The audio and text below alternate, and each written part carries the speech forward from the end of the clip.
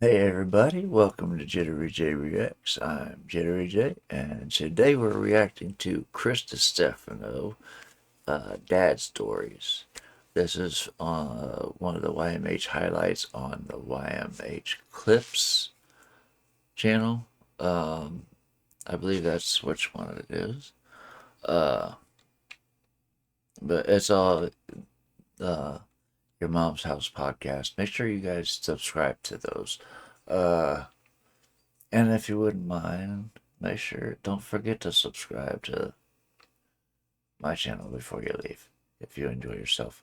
Uh, I was going through my analytics. This video almost didn't get made, to be honest. I was going through my analytics and just browsing through, and a number caught my eye that kind of really put a downer on the mood. Um, and that was this one. It shows that only 4%, about 4% of my viewers are actually subscribed. Uh, and my first thought was, am I doing something wrong? And then the second thought was, why am I bothering? But that's all the stuff I got going on in my head. This happens all the time. Um, anyway, uh, yeah, so I just wanted to remind you guys, if you enjoy yourselves during the course of this video, please do subscribe. It would be greatly appreciated. Um, and even if you don't, I appreciate all my viewers. That being said, let me get this out of the way. And let's get into this. Where's it at? There it is. This shit is big time! Who is Randy? Don't bring anyone love into this. Yo, mom in the fucking stand! Whenever somebody tells me Yeah. like sideways dad stories, Yeah. I'm fascinated and I laugh beyond control. Like about it, like I was talking to him this morning, and he was like, "What's going on today?" And I was like, "Oh, I'm going to do that really big podcast I was telling you about, Tom Segura." He's like, "Oh yeah, fucking Tommy Segways." Called you Tommy Segways. He was like Tommy Segways. He was like, yeah, he was like, he seems like a good kid. I looked him up, so he just called you a kid. Okay. Yeah, he was like, guys seems like good kids. And then he was like, oh, is they married over there? And I said, yeah, him and his wife Christina. He was like, that's nice. That's you. He's like, you and my girl's name is Jasmine. He's like, you and Jasmine should do something like that. Yeah. I was like, she's not a comedian. No, he's like, who cares? Turn the cameras on. That's what he said. He's very much like I love showbiz advice from a love dad. it. That's the Yeah, no, thing. yeah, I said- non-show business dads advice my are the dad, best. 73, Right. 74 years old, diabetic, heart condition, lives in New York. Now he just moved to Florida, the next epicenter. He's just Yeah. following Oh, yeah. it. He goes, never smoked or drank a day in his life. Pandemic hits March. It's like April 1st. Nobody's supposed to see their elderly grandparents. He's like, I want to come see the baby. My daughter. He's like, I got to come see the baby. I can't fucking sit here anymore.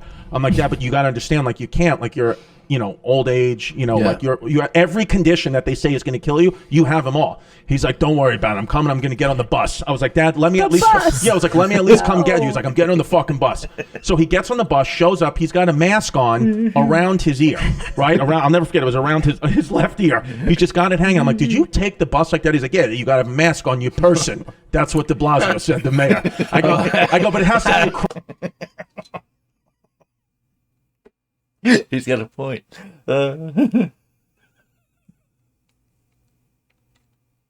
When that was going on, yeah, he's got a point. They didn't state that it had to be worn, right? It just had to be on. It just had to be worn. But, yeah, there were a lot of people like that took advantage of that. Like the ones that wore it underneath the nose. Common sense, people. Common sense. It doesn't exist too much anymore. Unfortunately, those of us with it have to deal with those of us who don't. Anyway, well, I was going to say something, but I can't remember what it was. Yeah, I don't have too many dad stories. I don't remember my dad very much. Most of my memories of my dad are him being drunk and violent with my mother. So anyway, yeah, let's get back into this. You got a mask on your person. That's what de Blasio said, the mayor. I go, but it has to be across your face. I was like, Dad, it has to be across your face. Yeah. And then he goes to me, oh, I'm sorry. I thought June was Pride Month. I didn't know I had a gay son. And then I'm like, okay. And then he goes into my backyard and lights up a cigar. And I was like, what are you doing? Like, you haven't drank or smoked anything. And he was like, let me fucking tell you one thing here, Chrissy. He goes, nothing Chinese is ever going to take me down. He goes, my veins are red, white, and blue. And he lights up the cigar, I swear, and just starts coughing like an idiot. And I'm like, Dad, whatever. He's not even a smoker. He doesn't care.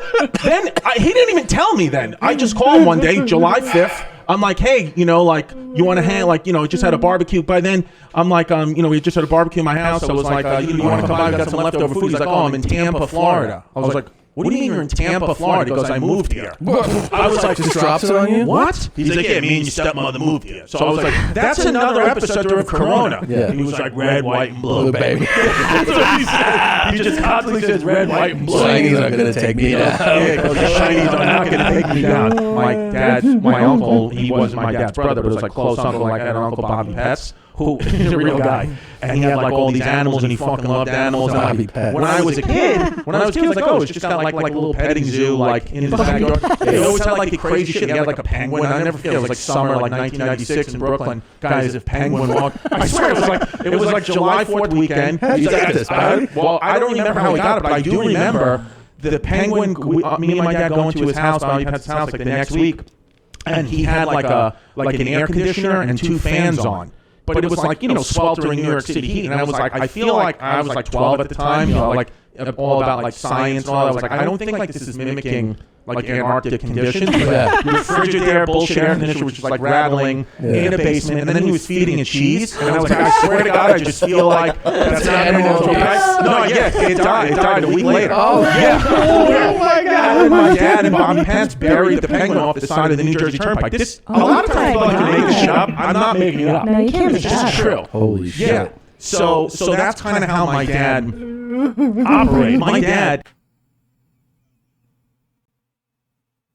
I'm sorry, that just reminded me of someone that I know very, very, very well.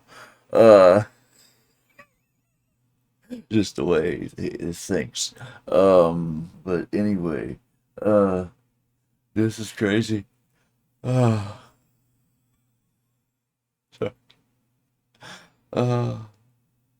yeah, this is great. But it reminded me of an old friend that I kind of lost touch with, but his way of thinking was similar to that. Oh my goodness, this is great. Yeah. So that's kind of how my dad operated. My dad, first of all, it's a doctorate level program, so it's like you're with some like really ritzy kids, right? Yeah. Like, smart kids, whatever. And I applied myself. I think I got into the graduate program. I got in for, my grades were okay, my GPA was okay, but I think because I had played on teams and was like about teamwork, the dean took a chance on me and let me. I don't think I should have qualified for the doctorate level program, but I proved myself that I could do it because I had like a good GPA and just applied myself. So I was proud, and I was actually second in line to be the valedictorian. I tied. Jesus. I tied with, which is like crazy because I was like, an idiot kid from Brooklyn that, talks like a fucking sewer cap, but then I have like a 3.9 GPA in a doctorate level program. So it was between me and this girl who was valedictorian because we both are tied, and they were like, who do you want to give the speech? And I was like, look, the way I talk and look, I probably shouldn't give the speech, because I'm just people. Even when I was a physical therapist, I would be like, oh hi, welcome, like what's going on? They're like, are you going to see the real therapist or are you the boss? When the first day of physical therapy school, the dean, nice woman, because it's a whole application process, so she didn't know exactly who I was yet, it was just names on a list. I showed up, I was like, oh, I'm looking for room 501. She was like, are you the maintenance crew? Are you here to clean? Because we had a spill. I was like, no, I'm a student. She was like, what's your name? And then just like looking, she was like, oh, okay, yeah. And then had to prove it. But at the Because you don't sound like one of our students. No, she was like, you don't look like you have a bag of cash. Like, that's just what I did always. I'm like, do I need this? And then so my dad is like, again, first of all, Chuck Schumer, talked at the thing. It was like a very like kind of religious. It was a public school, but they wanted to like make sure all the bases were covered. So you had Chuck Schumer, senator from New York, talking for like the Jews, and then you had a Catholic priest, like a cardinal, a bishop, talking, and then you had a Muslim. What is it? A shaman? Not a shaman. An imam? What is I don't it? even know. An Elon Omar? What is it? Imam Omar. I don't know what it is. The Ebony and Ivory. And a Muslim priest, Imam. a Muslim high priest, a fucking sultan. Yeah. I don't know, but a good guy, a good Muslim kid, an imam. Yeah, Imam. Okay. So he starts to, and dude, there's like it's like 1,000 people, and the imam starts doing a prayer in Muslim, and we're like very much like I'm sitting with the student body, getting a doctorate degree, so it's prestigious, and it's like in Arabic or something. yeah, and it's in Arabic, and he's like, and then it waits till like it's dead silence, and my dad just yells out from the back, Hakuna Matata. Oh shit! And then people are like that, and I knew, and that's the thing, you had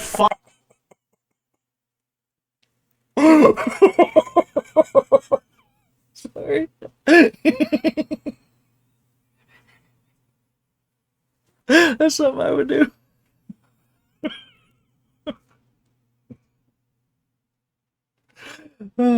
Back in my younger years, that's something I would have done. Just for the laugh. God.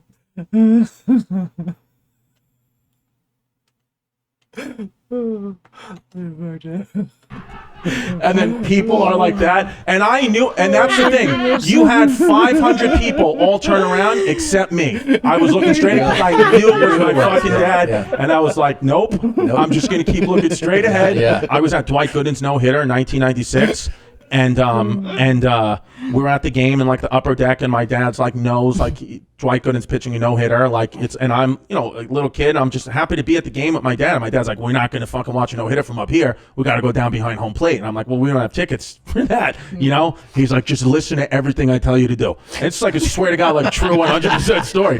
This is like crazy, and I've told this story before, but it's like just like sometimes when I'm talking, it's like, oh, I forgot about that part.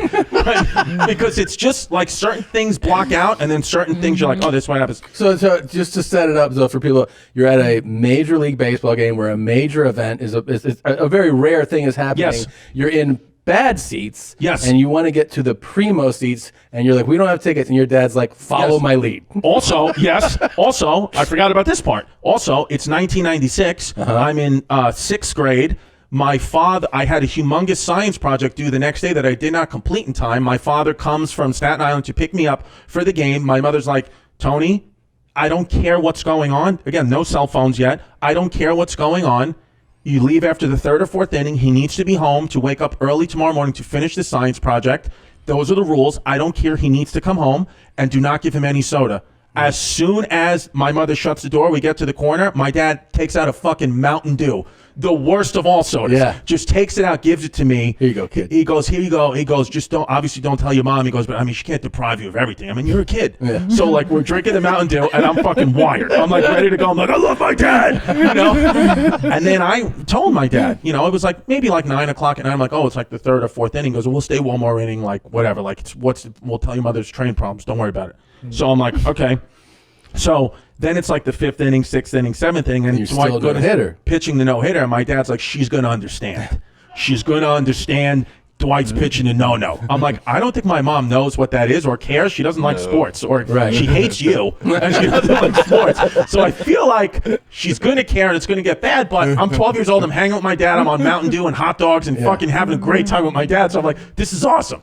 So he goes, just follow everything I tell you to do. So he's holding my hand, and as he's holding my hand, he goes, take your hat off, because we're in a Yankee hat. And I swear, he pushes my bangs down. I don't know what that means. Just pushes my bangs down, and he holds my hat. I'm like, okay. So we're going down, and then the security guard, this is, again, pre-9/11, so you could just walk around the stadium. So the security guard's there at the top of the seats that are going directly down behind home plate. And he sees 2 or 3 open seats. He goes, hey, I see 2 or 3 open down there. Can I just, it's my kid's fucking first game, and Dwight's pitching a no-no, like, you understand. And my dad's going to pull out cash, cash. And the security guard says, put your money away. That's not going to work on me. He goes, I understand. He goes, well, my kid's got special needs. I swear. And then I look up at him, like with like my mouth open because I don't know what to do. And I swear, like I didn't mean for this to happen. I was such in shock that some drool did come out of my chin. And then the security guard rubs me on my head and goes, "Have a good time, kid." And we sit down in these 2 seats. The row in front of me, it's like a 12-year-old's wet dream. I'm like, fuck. And then it's like a complex though, because I'm like, do I look like I have special needs? Because nobody ever told me I did. But you know, like it's like I remember walking down the steps, like, what the fuck? And my dad's like, you did good. The drool was a good touch. And I'm like, I don't know what to say or do. And then the row in front of me, I swear to God, I don't know what to do. Dude, the row in front of me, the row fucking directly in front of me. I'm 12 years old, 1986. Mr. Perfect, the wrestler, Mr. Perfect, sitting in front of me. I loved the WWF. I was a kid. Mr. Perfect sitting right there. And I'm like, Dad, that's Mr. Perfect. Yeah. And he's like, who's that? And I'm like, he's a wrestler, like my favorite wrestler. He says, oh my God. And then I'll never forget, he goes, yo, Perfect. Drop the Mr. He goes, yo, Perfect. He goes, can my son get an autograph? And then Mr. Perfect says no. I swear, Mr. Perfect says no. And then, yeah, and then like a few minutes. This guy right here. Yeah, Mr. Perfect. Yeah. And then a few minutes go by, and my dad taps him on the shoulder again and goes, Perfect. Kid's got special needs. I swear to God. And then I got the autograph. And it's one of those things where people are like, you make that up for a bit. Like it's too. And I'm like, no. You have to understand. I didn't want to do comedy. My therapist was the one who suggested it when I was in my mid-20s. Like, you ever think about doing comedy? Are you serious? I swear to God. Hello. That makes sense. And thank you for watching that highlight. If you want to see more of those, we have them. They're provided for you. So enjoy. Just do a deep dive like you're trying to study us. Click on these and subscribe. Hit the subscribe button and then they'll just be delivered to you. You can watch them when they come out. Please do it. Like you said. This shit is big time. Who is Randy? Stop. Do not replay. What are you doing? Yeah. Probably because I had my mouse in the wrong spot. Anyway, am I subscribed? Yes, I am. Hit that with a like. Thank you. Like he said, don't forget to subscribe. That goes for here too. I really hope you guys enjoyed yourself. This was hilarious. I originally had up the not had up, but I originally put up the requester's name. However, it was brought to my attention that if someone doesn't like my videos and decides to be, for want of a better word, an ass about it, I would rather the hate just come my way and not towards one of my viewers, just for requesting something.